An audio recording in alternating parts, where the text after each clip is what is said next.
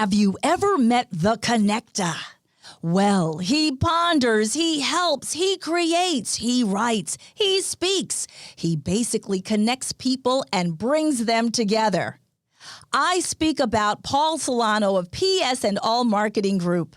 At PSANDALLMARKETINGGROUP.com, you will receive an assembled group of Paul's contacts and connections that cross into many sectors of life. Please contact Paul Solano at 617-240-4130 or psandallmarketinggroup@gmail.com if you are in the market for a wide array of services. Again, please contact The Connector, Paul Solano at 617-240-4130 or psandallmarketinggroup@gmail.com with any questions. And now, here's Paul Solano, the host of Paul Ponders. Welcome to Paul Ponders. My name is Paul Solano of PS&All Marketing Group, and I may be reached via email at paul@paulponders.com. Thank you for joining me for my foray into podcasting. It is great to be collaborating with my friend and associate Chalonzo Amos of PodPro Entertainment to bring you some fun, exciting, and informative podcasts. For many years, I've been referred to as the Connector, or in Greater Boston circles as the Connector. With PSANDALLMARKETINGGROUP.com, I've created a side gig to connect you and get things done. Please sit back and relax and listen to today's podcast.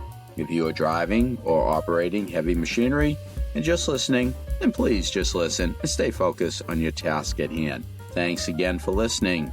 Enjoy my ponderings. Let #PaulPonders begin. Greetings. How is everyone doing today? It's #Paul Ponders with another exciting episode brought to you by PodPro Entertainment. #PodPro Entertainment. Techie Talonzo in the control booth behind the curtain. Thank you, Techie Talonzo, for doing a great job with all these great podcasts that we have been dropping across America, across the world, around the world, wherever. And I want to thank you for rating, reviewing, subscribing, and really just checking us out and just checking out all the interesting podcasts that we do, in fact, put out every 2 weeks. I want to give a special thanks to Mr. Scott Albertson for constantly promoting through his project142.org, scottalbertson.com. That's Scott Albertson, Scott with one T, and Albertson, S-O-N. If you haven't checked out Scott's website or the project142.org, I do encourage you to check that out because Scott really does a great job in cross-promoting, promoting very interesting nonprofit organizations and also for-profit organizations. And Scott is a connector, like I am a connector through the PS&All Marketing Group. So again, thank you so much. So being part of a network of podcasting and all, I happened to meet through my podcasting venture a very interesting person who is based out of the Philadelphia area. And this episode is going to focus in on my guest, Miss Shelley Wolfe, a nationally recognized executive media practitioner and experiential learning guide with over 25 years worth of experience with Toolbox Entertainment. Shelley, welcome. Thank you, Paul. Pleasure to be here today. Absolutely. It's really great to have you on. You're in Philadelphia. I'm in the Boston area right here, and we're able to connect via this wonderful way of podcasting. And you have just a tremendous amount of podcasting experience and just work with various forms of media. So why don't you tell our listeners all about what Toolbox Entertainment is about? Yeah, sure. I'd be happy to. Toolbox Entertainment is a nationally recognized organization that focuses on multimedia. We have a collaborative group of individuals that works with all different types of businesses. We predominantly focus with nonprofits and public access stations across the country to really help them understand volunteer retention, staff retention.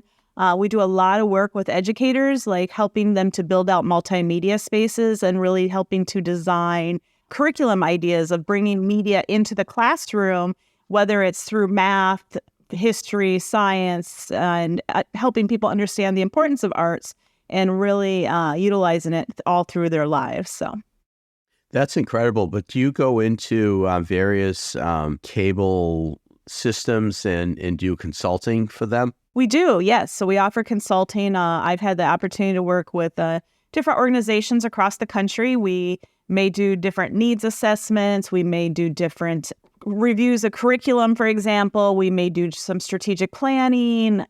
So it's really dependent on what the client needs. And part of Toolbox that makes us unique is that, we listen to what your needs are. And then between our folks, we really create a very unique, direct way of working with you. So it's very customized to what your needs are. So, you may say, I'm really looking for someone who's got a cinematic background in photography or, want to bring more of podcasting into a space, so that our team, we'd look at who really, focuses on that area and bring their expertise to the table. So it's really about bringing our expertise and lending a space where it's, again, we're creating a very customized platform for you and tools for you, no matter what type of organization you are. So whether it's a nonprofit, an access center, or whether it's a for-profit business, we are definitely here to support the individual unique needs. And I think so many times people get stuck in their way of,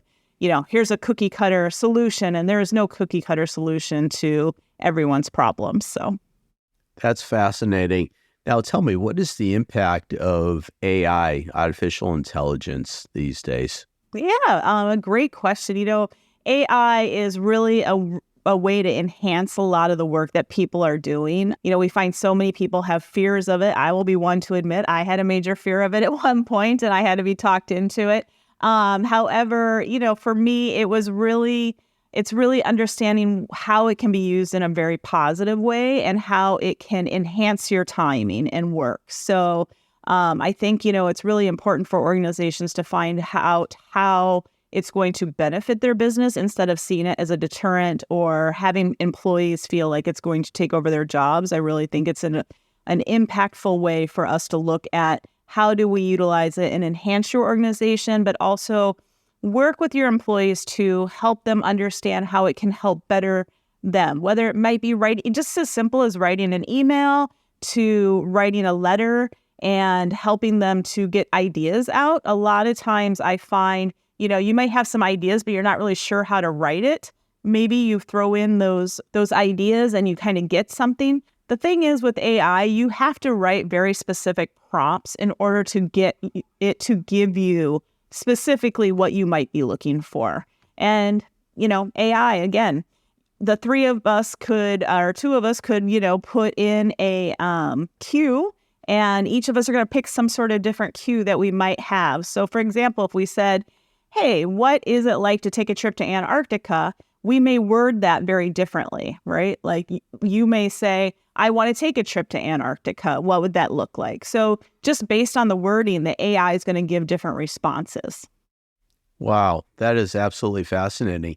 We might as well use that as a segue to our past conversation about your recent trip to Antarctica. Is that how that came about? You just typed it in and an AI brought you to Antarctica? No, but that's a good idea down the road to see where my next journey will be. I actually, I love traveling. Since a very young age, I always dreamed of traveling the world. And my goal was by the time I was 60, I would hit every continent and every country. Not sure that that's going to happen. Fingers are still crossed. But I had a friend last year who I had actually traveled with to Kenya about 2 years ago. And she and I had been talking, and she knew I love to travel. And so she reached out. She said, hey, I booked this cruise and it's going to take us through Antarctica.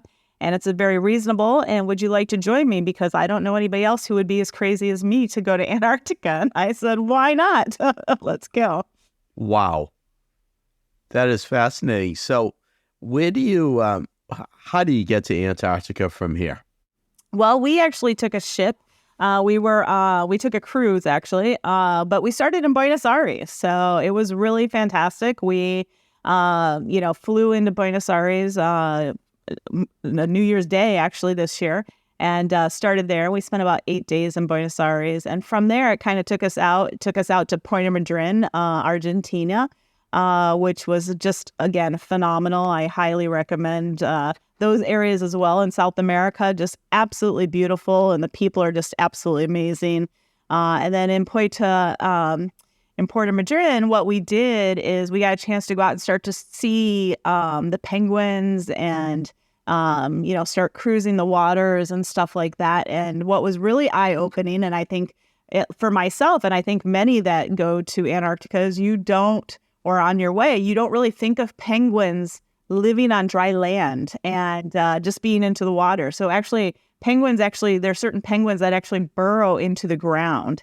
And so they're kind of like almost like in a deserty type of area, and then they go out and float into the ocean. So that was really unique and different. And then we went down to Port Stanley, down through the Falkland Islands, and had a chance to go through all of that.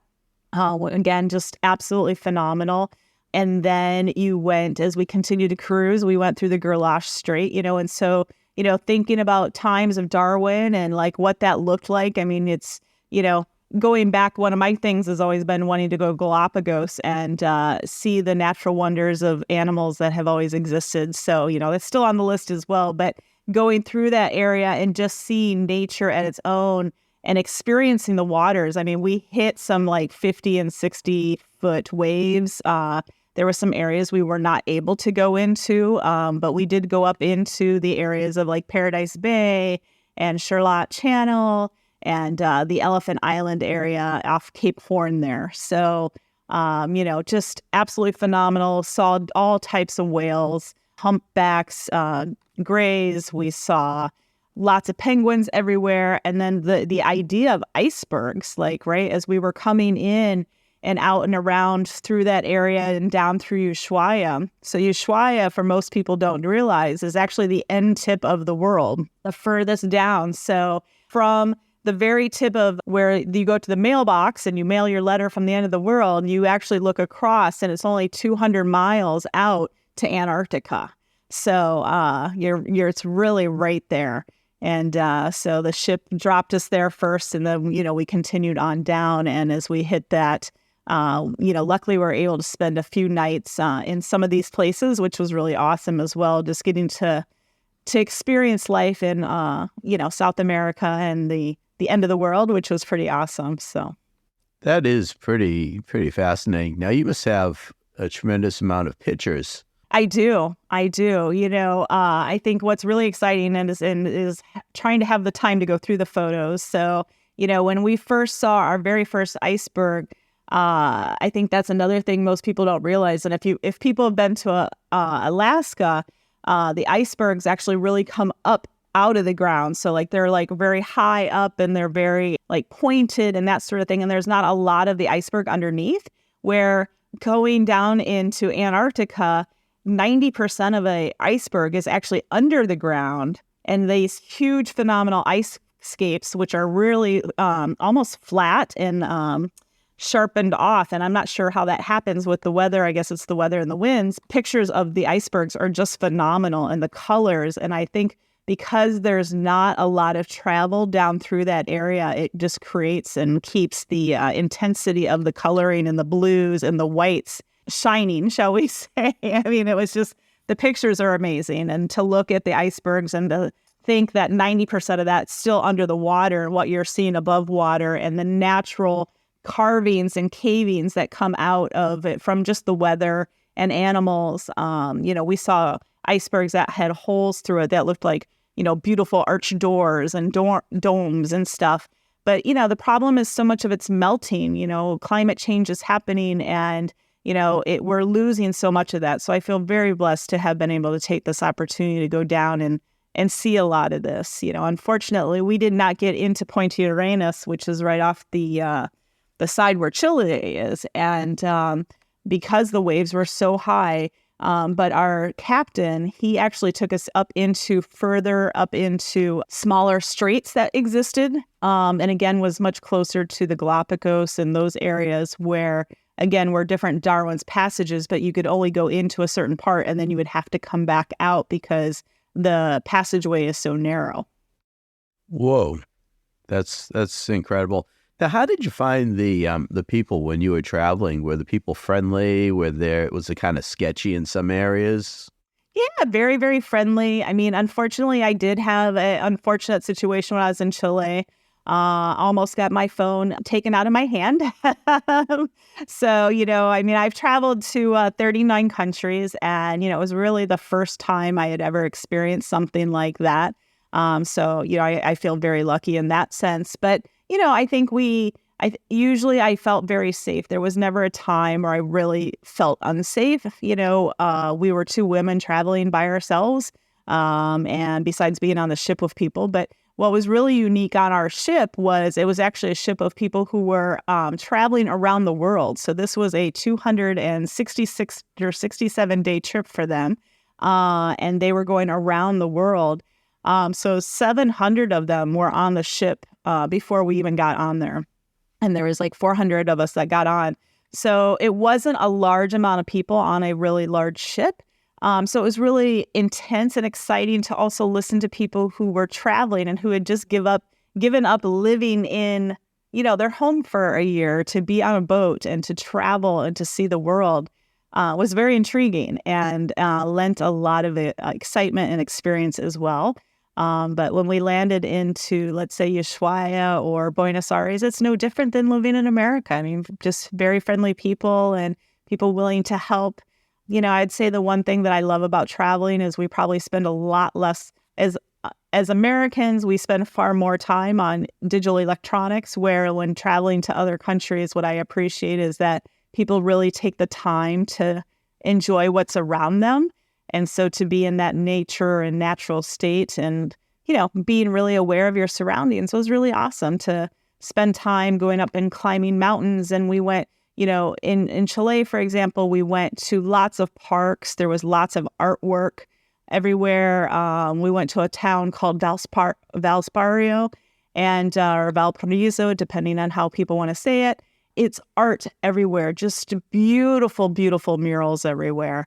Just phenomenal pieces of art based on steps, on walls, inside of buildings.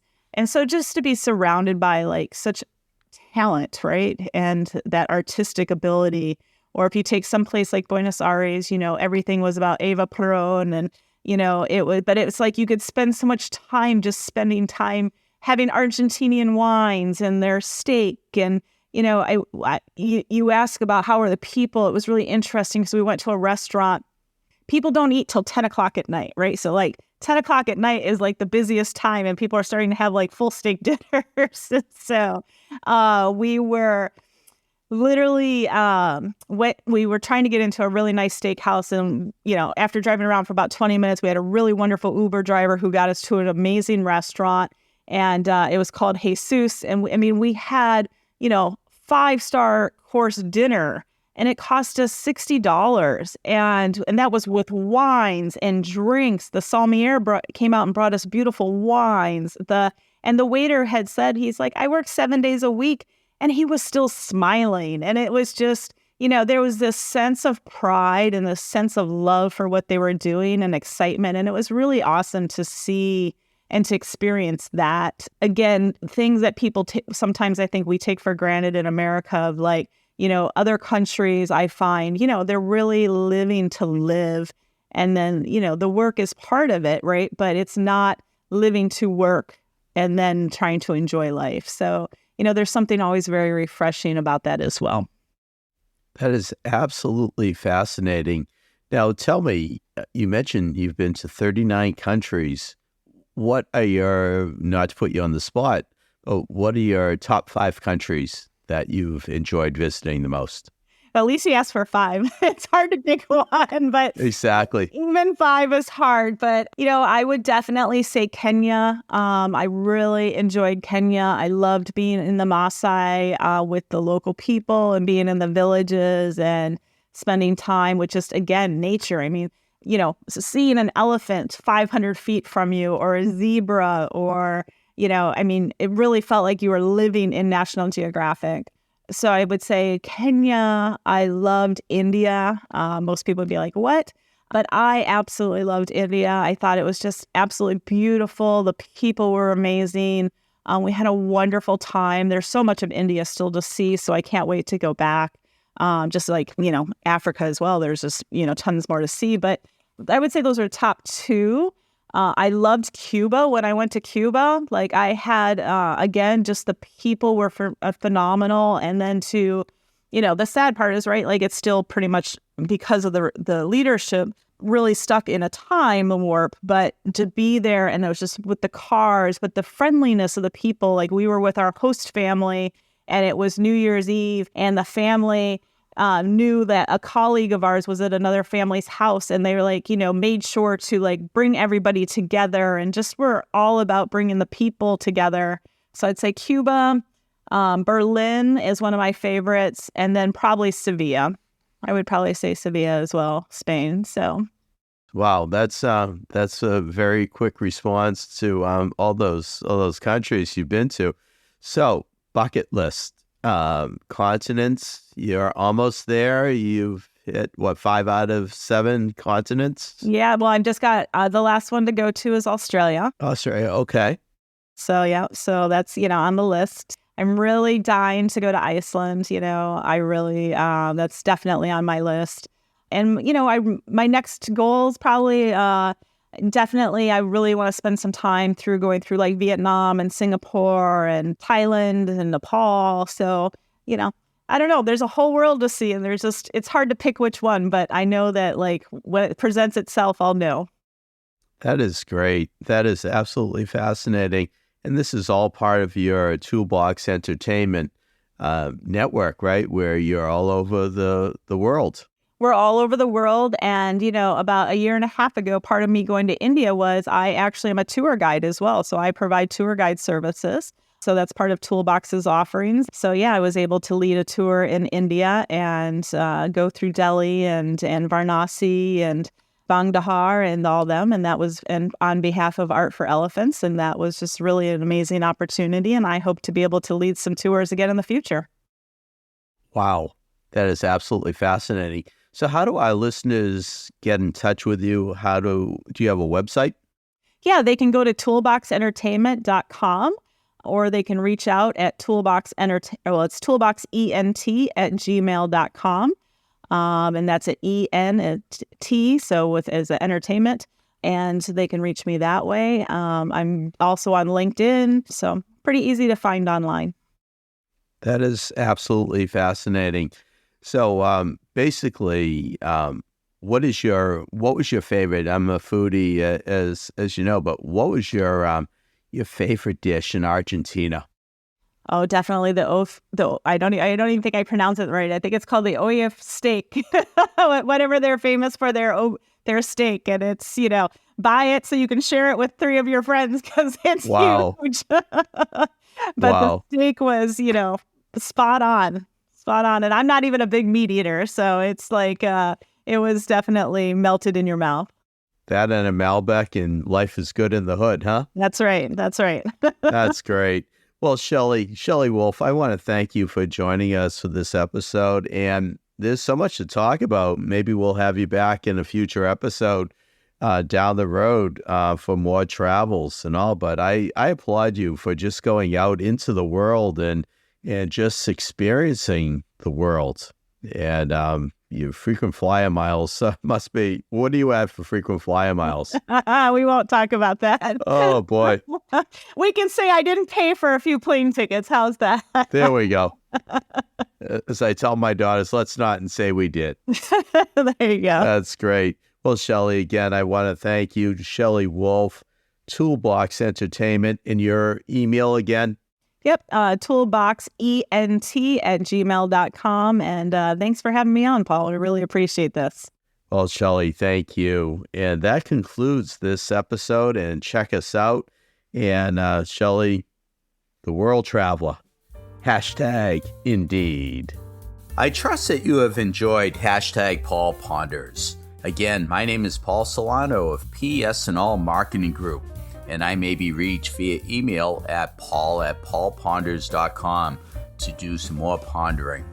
Many thanks to my longtime collaborative friend and associate, Chalonzo Amos of PodPro Entertainment, in bringing you our fun, exciting, informative podcasts. You rock, Techie Chalonzo. With PSANDALL Marketing Group, I created a side gig to connect you and get things done. Please do not hesitate to reach out to me at paul@paulponders.com with any questions. Subscribe to our YouTube channel at Paul Ponders. Follow us on Twitter at Paul Ponders Pod. Follow us on Instagram at Paul Ponders Podcast. Thank you again for listening to #Paul Ponders, available on Apple Podcasts, Spotify, our website, paulponders.com, or wherever you stream your podcasts. Subscribe, stream, rate, and review our shows. Your ratings and reviews help our show reach new audiences. Produced by PodPro Entertainment, #Paul Ponders lives within a network of podcasts located at podproentertainment.com. #the new radio. Until we meet again, my friend, stay well. #indeed.